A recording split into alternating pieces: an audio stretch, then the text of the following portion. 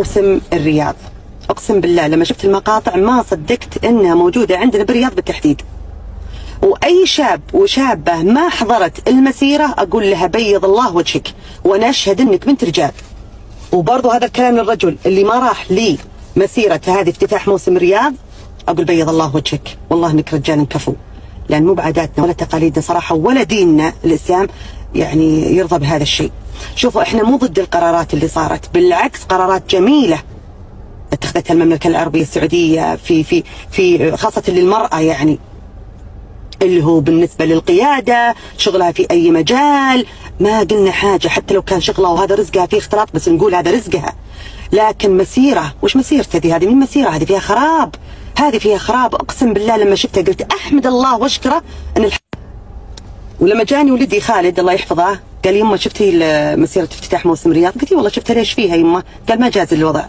يا ربي لك الحمد والشكر، احمد الله واشكره، واقسم بالله العظيم مو بعشان قدامكم يا متابعيني ولا اني ادعي المثاليه واني انا مثاليه، لا والله كلنا ترى نحب سعه الصدر، كلنا نحب الوناس، انتم بتشوفوني بالعكس انا انبسط لما اروح اي محل اي كوفي اي مطعم يكون فيها مثلا طرب يكون فيها موسيقى. انا اعترف انا قلت لكم انا احب سعه الصدر والوناسه، لكن فيها احترام، تكون انت جالسه قهوتك قدامك، كيكتك قدامك، عيالك قدامك محترمين تناظرون بكل احترام. لكن هذه مسيره والله انا قال ولدي والله يمه شيء يعني يعور القلب. قلت له ايش اللي ضيق صدرك؟ قال فعلا ما جاز لي برغم صغر سنه يعني اولى ثانوي، قال ما جاز لي يمه.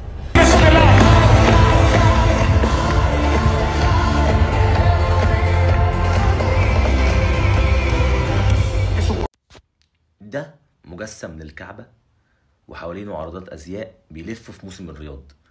هو مفيش اي بني ادم عاقل يطلع يتكلم او يقف وقفه قدام اللي بيحصل ده. يعني هو ليه السعوديه وسعت منها قوي كده؟ ليه الموضوع كبر مره واحده ورحنا ان احنا بنحط مجسم بيحاكي الكعبه ونمشي حواليه عرضات ازياء يلفوا حواليه؟ هي ليه وسعت قوي؟ يعني هي كانت ملمومه موسم الرياض وشويه هس وشويه لعيبه بملايين على شويه فنانين وكانت الدنيا ماشي، بس احنا ليه وصلنا لكده؟